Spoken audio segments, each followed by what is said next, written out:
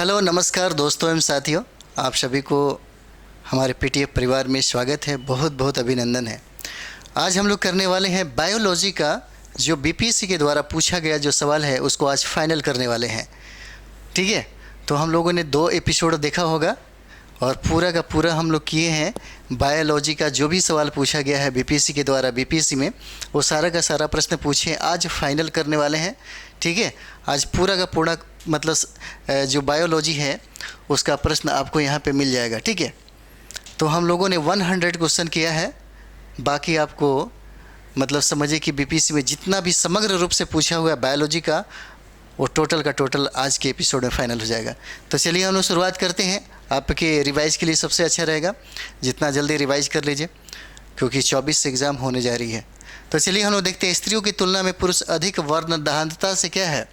प्रश्न यहाँ पे देखिए अच्छा से, कहता है कि स्त्रियों की तुलना में पुरुष अधिक वर्णांधता से पीड़ित हो सकते हैं क्योंकि, इसका आंसर क्या हो जाएगा, सी देखिएगा, उनमें केवल एक्स क्रोमोसोम होता है। इसलिए स्त्रियों की तुलना में पुरुष अधिक वर्णांधता से पीड़ित हो सकते हैं क्योंकि उनमें केवल एक एक्स क्रोमोसोम होता है। ठीक है, चलिए अगला सवाल हम लोग देखते हैं। 102 का सवाल देखिए क्या कह रहा है। 102 नंबर सवाल देखिए।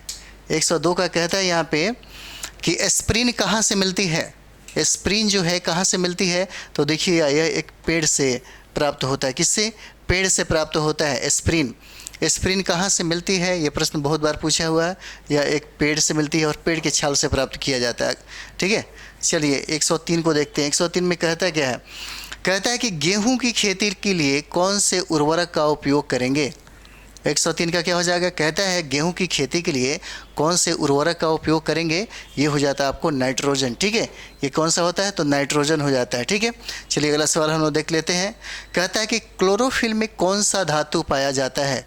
क्लोरोफिल में कौन सा धातु पाया जाता है, तो देखिए क्लोरोफिल में मैग्नीशियम पाया जाता है। क्या पाया जाता है, देखिए मैग्नीशियम पाया जाता है। ठीक है, चलिए अगला सवाल हम लोग करते हैं। अगला सवाल देखिए, अगला 5 नंबर सवाल है। ठीक है, 5 नंबर सवाल कहता है कि पौधों एवं पेड़ों का खाना तैयार करने की प्रक्रिया क्या कहलाती है।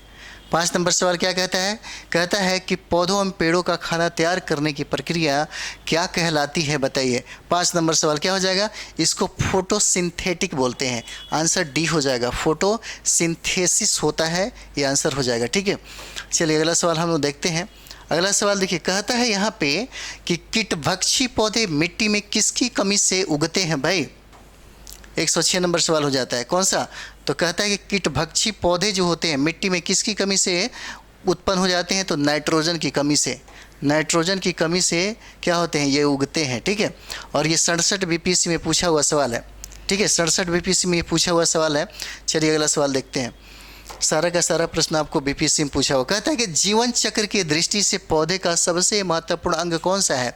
107 नंबर देखिए, कहता है जीवन चक्र की दृष्टि से पौधे का सबसे महत्वपूर्ण अंग हो जाता है कौन सा, पुष्प इसका होता है, फूल हो जाएगा 107 का। ठीक है, अगला देखते हैं हम लोग। 8 नंबर सवाल देखिए, कहता है यहाँ पे देखिए 67 में बीपीएससी में पूछा गया। कहता है कि पौधे का तना पौधे के सभी हिस्सों में भोजन वितरित करने, क्या कहता है, भोजन वितरित करने में तथा डॉट डॉट में भी मदद करता है। तो क्या हो जाएगा, 108 की अगर देखेंगे तो देखिए कहता है कि पौधे का तना तथा पौधे के सभी हिस्सों में भोजन वितरित करने में मदद करता है। तो कौन सा हो जाएगा, तो ये देखिएगा ये सारा का सारा हो जाएगा। क्या हो जाएगा, उपयुक्त में से ई आंसर हो जाता है। भोजन के भंडारण भी हो जाएगा, पौधे का आकार देने में होता है, प्रकाश संश्लेषण में होता है और श्वसन होता है। ठीक है, तो ये आंसर क्या हो जाएगा, ई आंसर हो जाता है। चलिए अगला प्रश्न हम लोग देखते हैं। 109 नंबर सवाल देखिए, कह रहा है यहाँ पे कि सबसे लंबा जीवित वृक्ष कौन सा हो जाता है। 9 नंबर सवाल देखिए, सबसे लंबा जीवित वृक्ष होगा सिकोया, सिकोआ हो जाता है। ठीक है, सिकोआ। चलिए अगला सवाल देखते हैं हम लोग। 10 नंबर सवाल देखिए, कहता है एस्प्रिन है, क्या है भाई, एस्प्रिन क्या हो जाता है, तो 10 नंबर सवाल क्या हो जाएगा, देखिए इसको 110 का क्या हो जाएगा, तो देखिए कहता है यहाँ पे कि एस्पिरिन क्या है, तो एंटीपायरेटिक हो जाता है। आंसर आपका बी हो जाएगा, एंटीपायरेटिक हो जाएगा, एंटीपायरेटिक। 11 नंबर सवाल देखिए, 11 कहता है कि किस वनस्पति खाद में अधिकतम प्रोटीन होता है। किस वनस्पति खाद्य में अधिकतम प्रोटीन होता है? तो 11 का क्या हो जाएगा? देखिए सोयाबीन में सबसे ज़्यादा पाया जाता है। 11 का क्या हो जाता है? सोयाबीन हो जाएगा। ठीक है, इसमें सबसे ज़्यादा प्रोटीन पाया जाता है। अगला प्रश्न देखिए, कहता है कि तना काट आमतौर से किसके प्रवर्धन के लिए प्रयोग किया जाता है? 12 नंबर सवाल क्या हो जाएगा? तो देखिएगा, तना काट आमतौर से किसके लिए? तो ये देखिए 12 नंबर ये हो जाएगा आपका बी, गन्ना के लिए हो जाता है। ठीक है, तना काट आमतौर से किसके प्रवर्धन के लिए? तो गन्ना के लिए हो जाएगा। ठीक है, 13 नंबर सवाल देखिए, कहता है यहाँ पे संसार का सबसे बड़ा पुष्प कौन सा है? संसार का सबसे बड़ा पुष्प कौन सा है? तो देखिए रिफ्लेसिया होता है। बी आंसर हो जाएगा, रिफ्लेसिया, याद रखिएगा, रिफ्लेसिया संसार का सबसे बड़ा फूल है। अगला सवाल देखिए, 14 नंबर सवाल कहता है कि हरगोविंद खुराना को किस आविष्कार के लिए सम्मानित किया गया? 14 नंबर सवाल क्या हो जाएगा? कहता है कि हरगोविंद खुराना को किस आविष्कार के लिए सम्मानित किया गया? तो जीन के संश्लेषण के लिए। आंसर नंबर बी हो जाता है इसका आंसर। ठीक है, जीन के संश्लेषण के लिए इनको सम्मानित किया गया। अगला सवाल देखिएगा, 15 नंबर पर कहता है, यहाँ देखिए 15 नंबर कहता है कि डॉक्टरों द्वारा एनेस्थीसिया के रूप में प्रयोग होने वाली हास्य गैस कौन सा हो जाता है भाई? 115 बोलिए। 115 क्या हो जाएगा? नाइट्रस ऑक्साइड इसको बोलते हैं। नाइट्रस ऑक्साइड इसको बोला जाता है, नाइट्रस ऑक्साइड, याद करेंगे आप लोग। ठीक है, चलिए 16 नंबर सवाल है। 116 कहता है कि क्या कहता है? आर्कियोप्टेरिक्स क्या है? ठीक है, आर्कियोप्टेरिक्स है क्या हो जाता है? तो 16 नंबर क्या हो जाएगा इसका? देखिए ये है जुरासिक युग का सर्व पुरान पक्षी है। आर्कियोप्टेरिक्स जो है कहता है कि जुरासिक युग का सर्व पुरातन पक्षी हो जाता है। ठीक है, चलिए अगला सवाल देखिए, 17 नंबर कहता है, 17 नंबर सवाल है, बहुत भी है। कहता है कि डॉल्फिन वर्गीकृत किए जाते हैं। 17 नंबर क्या कहता है? कहता है कि डॉल्फिन वर्गीकृत किए जाते हैं किसमें? अस्तनी में। ये बहुत भी है, प्रश्न बहुत बार पूछा है। ठीक है, इसको याद रखेंगे आप लोग, अस्तनी में हो जाता है। अगला सवाल है 18 नंबर कहता है यहाँ पे प्रति वर्ष 5 लाख भारतीय एक रोग से मरते हैं, इसकी पहचान करें। 118 नंबर सवाल क्या होता है? तो ये हो जाता है क्षय रोग से। क्षय रोग से यानी कि प्रति 5 लाख भारतीय एक रोग से मर जाते हैं और ये रोग है क्षय रोग। ठीक है, इसका आंसर क्या हो जाएगा? डी हो जाएगा। 19 नंबर सवाल देखते हैं। देखिए 19 नंबर सवाल कहता है यहाँ पे, 19 नंबर सवाल देखिए, कह रहा है कि रात के समय यह सलाह दी जाती है कि पेड़ के नीचे न सोए, क्योंकि पेड़ क्या करता है? 19 का, तो पेड़ क्या करता है? तो देखिए कहता है कि कार्बन डाइऑक्साइड को मुक्त करता है। ये 67वीं बीपीएससी में 2022 में पूछा हुआ सवाल है। कहता है यहाँ पे आपसे कि रात के समय यह सलाह दी जाती है कि पेड़ के नीचे न सोए, क्योंकि क्या?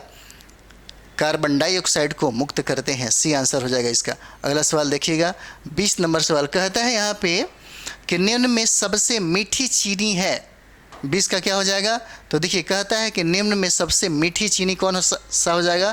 तो ये देखिए इसको फ्रुक्टोज बोलते हैं। ए आंसर हो जाएगा। कौन सा? फ्रुक्टोज हो जाएगा, याद रखिएगा, फ्रुक्टोज हो जाएगा। बायोलॉजी समाप्त होने वाला है। टोटल बायोलॉजी से सवाल पूछा गया है 1992 से अभी तक की अगर बात करेंगे तो देखिएगा 127 क्वेश्चन पूछा गया है। ठीक है, और आपको फिजिक्स और केमिस्ट्री का भी वैल्यू बिल्कुल इतना ही है इसका। तो 121 नंबर सवाल देखिए क्या कह रहा है? कहता है कि शर्कराओं में सबसे मीठी कौन सी है? 121 नंबर देखिए, इसको बोलते हैं फ्रक्टोज बोलते हैं। ए आंसर हो जाएगा, फ्रक्टोज हो जाएगा। ठीक है, ए आंसर हो जाता है। शर्कराओं में सबसे मीठी कौन सा? फ्रक्टोज हो जाता है।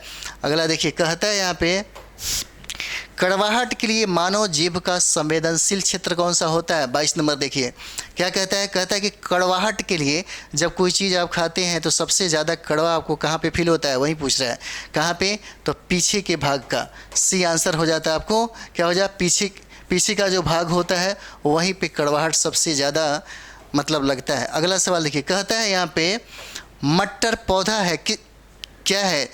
झाड़ी है या शाख है या पुष्प है या उपरोक्त में से कोई नहीं है? तो 23 क्या हो जाएगा? तो देखिए यह एक शाख है, मतलब शाग बोलते हैं इसको। मटर पौधा क्या है? तो ये एक शाग के मतलब कैटेगरी में आता है।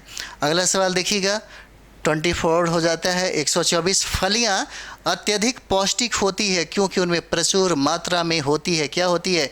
124 नंबर देखिए, इसमें प्रोटीन सर्वाधिक होता है। क्या होता है? प्रोटीन सर्वाधिक होता है। ठीक है, फलियां अत्यधिक पौष्टिक होती हैं क्योंकि उनमें प्रचुर मात्रा में क्या होता है? प्रोटीन होता है। अगला सवाल हम लोग देखें। देखिए 125 नंबर सवाल देखिए, कहता है कि थायराइड ग्रंथि थायरोक्सिन स्रावित करने के लिए उत्तेजित करने वाला अंतःस्रावी हार्मोन कौन सा है? तो 25 नंबर क्या हो जाएगा? तो देखिए इसको TSH बोलते हैं, याद रखिए TSH बोलते हैं, ठीक है। थायराइड ग्रंथि थायरोक्सिन स्रावित करने के लिए उत्तेजित करने वाला अंतःस्रावी हार्मोन कौन सा है? तो TSH हो जाएगा, ठीक है। चलिए अगला सवाल देखते हैं हम लोग। 26 नंबर सवाल देखिए, यहाँ पे 26 नंबर सवाल कहता है कि थायराइड ग्रंथि की खराबी किसकी कमी के कारण होता है? भाई 26 नंबर सवाल देखिएगा, कहता है कि थायराइड ग्रंथि की खराबी जो है किसकी कमी के कारण होता है? तो विटामिन ए की कमी से हो जाता है, ए आंसर हो जाएगा। अंतिम सवाल हम लोग चलने वाले हैं, अंतिम सवाल, थायराइड ग्रंथि की खराबी किसकी कमी के कारण होता है? इसका हो जाता है सी हो जाए, थायराइड ग्रंथि की आयोडीन की कमी से, ठीक है। अगला सवाल हम लोग देखते हैं, जब हम बकरी या भेड़ का मांस खाते हैं तब हम क्या होते हैं? ठीक है, आंसर 27 क्या कहता है? तो देखिए ये द्वितीय उपभोक्ता हो जाता है, ठीक है। जब हम बकरी या भेड़ का मांस खाते हैं तो क्या हो जाते हैं? तो द्वितीय उपभोक्ता हो जाते हैं। और इस तरीके से हमारा ये सेशन बायोलॉजी का जो पूछा हुआ सवाल है बीपीएससी में एकदम ख़त्म हो जाता है। 127 प्रश्न पूछा गया है, ठीक है। इसको एक बार अच्छा से रिवाइज आप लोग कर लेंगे। चलिए केमिस्ट्री और बायोलॉजी में बायोलॉजी का टोटल एक ही वीडियो में हम आपको कराने वाले हैं, ताकि आपके पास टाइम नहीं है, जल्दी रिवीजन हो सके, ठीक है। तो चलिए हम नेक्स्ट वीडियो में आपसे मिलते हैं। आप लोग थोड़ा सा लाइक भी कीजिए और इसको ज़्यादा से ज़्यादा शेयर करिए, ज़्यादा से ज़्यादा शेयर करिए, ताकि आपके साथ और आपके जो दोस्त हैं, आपके जो जान पहचान जो जानने वाले लोग हैं, उनको ज़्यादा से ज़्यादा फ़ायदा हो सके, ठीक है। चलिए अगले वीडियो में मिलते हैं। Thank you very much.